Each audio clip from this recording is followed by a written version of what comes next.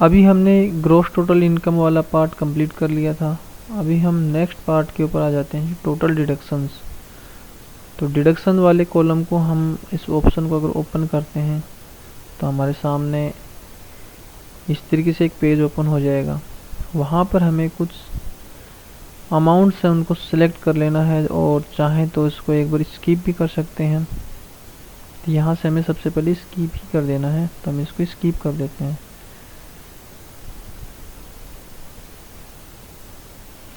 Skip करने के बाद में आपके सामने इस तरीके से ऑप्शंस आ जाएंगे, और यहाँ पर आपको शो ऑल डिडक्शन के ऊपर क्लिक कर देना है। अब इसमें आपको सिलेक्ट कर लेना है कि कौन कौन सी सेक्शंस आपके लिए, जैसे एटीसी है। अब एटीसी के लिए क्या क्या अमाउंट आप इसमें दिखा सकते हैं वो सब इसमें लिखा हुआ है। कोई भी इंश्योरेंस पॉलिसी है या किसी प्रकार के आप पेंशन फंड में कंट्रीब्यूट कर रहे हैं,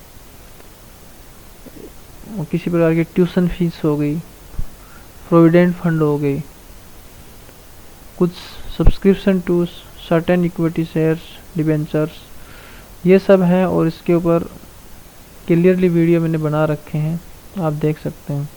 तो जैसे मैं एटीसी को सिलेक्ट कर लेता हूँ।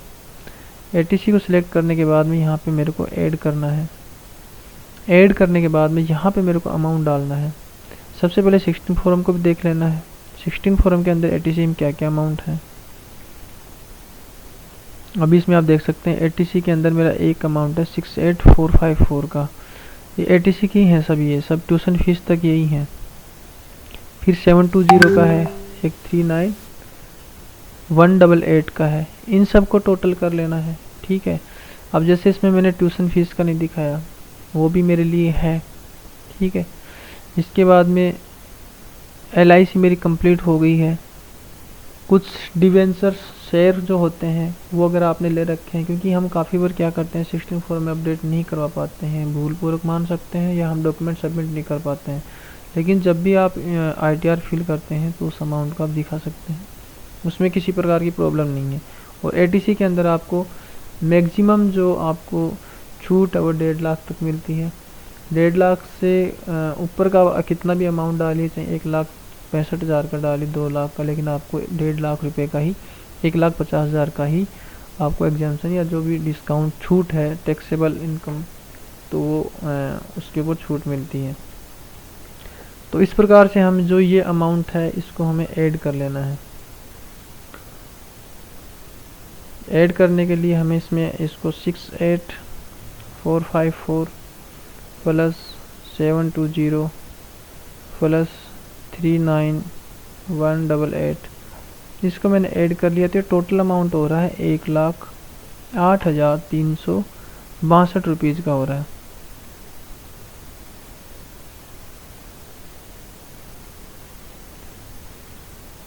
इस अमाउंट को अब हमें इसमें फिलअप कर देना है। यहाँ पे फिलअप करने के बाद में हमें नेक्स्ट ऐड कर देना है। ऐड करने के बाद में 16 फॉर्म को एक बार दोबारा चेक कर लेना है कि ATC कोई अमाउंट तो नहीं बचा है, इसमें पक्का आपको देखना है। अब मैं इसको खोल लेता हूँ, तो यहाँ पर मेरा कोई ATC का अमाउंट अभी बचा नहीं है, दोनों मेरे अमाउंट है वो इसमें आ चुके हैं। तो अभी हम कुछ सेक्शंस और बचती हैं जो इसमें 16 फॉर्म में अपडेट उसको नहीं किया जाता है, नहीं दिखाया जाता है। जैसे मैं उनके बारे में आपको बता देता हूँ। यहाँ पे शो ऑल डिडक्शन कर लेता हूँ। सेकंड है जैसे ATCC payment in respect of pension fund, ATCCD 1 है, ATCCD 1B, ATCCD 2 है। तो इसके अंदर भी जो ये वाला ऑप्शन है इसमें भी हम कर सकते हैं, क्योंकि आपको मैं दिखाता हूँ। ये वाला अगर आप अमाउंट देखेंगे, कंट्रीब्यूशन है DCPS जो हमारा जो 2003 के बाद जिसको पेंशन लागू नहीं है, तो वो NPS का अमाउंट कुछ गवर्नमेंट डालती है, कुछ एम्प्लॉय डालता है, उस अमाउंट को भी हम डाल सकते हैं, ठीक है। तो जैसे इसमें 95,836 है, उस अमाउंट को भी हम यहाँ पर डाल सकते हैं, ठीक है। तो ये अमाउंट भी आप इसको सिलेक्ट करना है, यहाँ पर सिलेक्ट करना है, उस अमाउंट को उसमें डाल देना है। उसके बाद में जो नेक्स्ट है ATD, deduction respect of health insurance, ATD को भी हमें सिलेक्ट करना है। इसमें भी अगर आपका किसी प्रकार का इंश्योरेंस वगैरह है हेल्थ रिगार्डिंग, तो उसको आप इसमें फिलअप कर सकते हैं।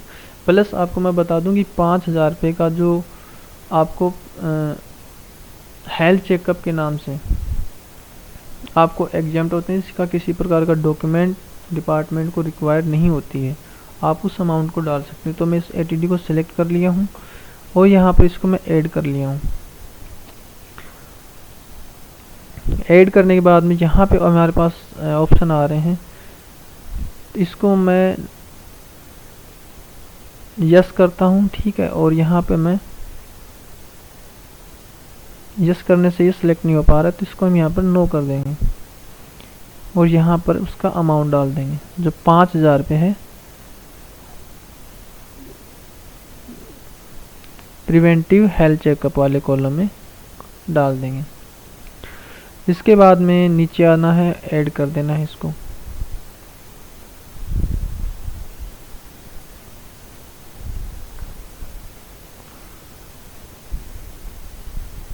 इस तरीके से हमारे 2 कॉलम कंप्लीट हो गए हैं, एटीसी का हो गया है और एक एटीडी का कॉलम हो चुका है।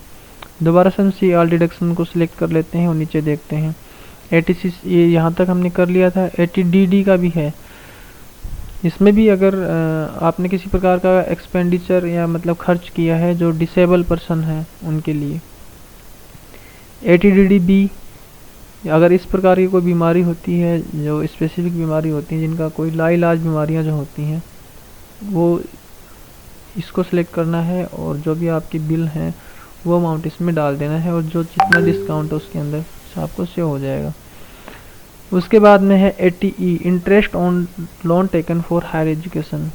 अगर आपके बच्चों ने या आपने खुद ने किसी प्रकार का लोन लिया है एजुकेशन के लिए, तो वो इसके अंदर आपको डाल देना है, लेकिन उसमें इंटरेस्ट पे ही मिलेगा आपको। एटीईई,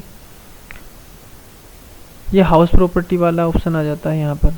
एटीईए, deduction in respect of interest on loan taken for certain house property का। ये सब एक ये एटीईई भी ये अभी ऐड हुआ है 2-3 साल से। अगर आपके पास इलेक्ट्रिक व्हीकल है तो उसका भी आप इसमें डाल सकते हैं। एक है एटीजी, अगर कोई आपने डोनेशन वगैरह किया है तो वो इसमें आप डाल सकते हैं। एक एटीजीजी, इसके अंदर आपको रेंट वाला डाल सकते हैं आप। इसमें क्या होता है, आपको 60,000 रुपये यानी 5,000 पर मंथ के हिसाब से एग्जम्प्ट होता है और इसकी एक कैलकुलेशन विधि होती है, उसको उसके ज़रिए उसको कैलकुलेट किया जाता है और मैक्सिमम आपको 60,000 रुपये की इसमें छूट मिलती है। तो जैसे मैं इसमें वो सिलेक्ट कर लेता हूँ, इसको भी ऐड कर देता हूँ, तो यहाँ पर वो अमाउंट है 60,000 रुपये, वो इसमें डाल देना है। इसके बाद में इसको ऐड कर देना है यहाँ से।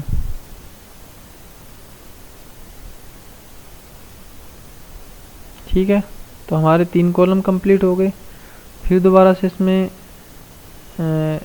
सी आर डिडक्शन पे जाना है, सिलेक्ट कर लेना है और कोई कॉलम बचा हो, donation to political party, interest on saving bank, eighty U, ये सब हमने कर लिया। हमारे पे जितना मेरे 16 फॉर्म के ऊपर और जो मेरी सेविंग थी वो मैंने इसमें शो कर दी। कंफर्म कर देता हूँ इसमें।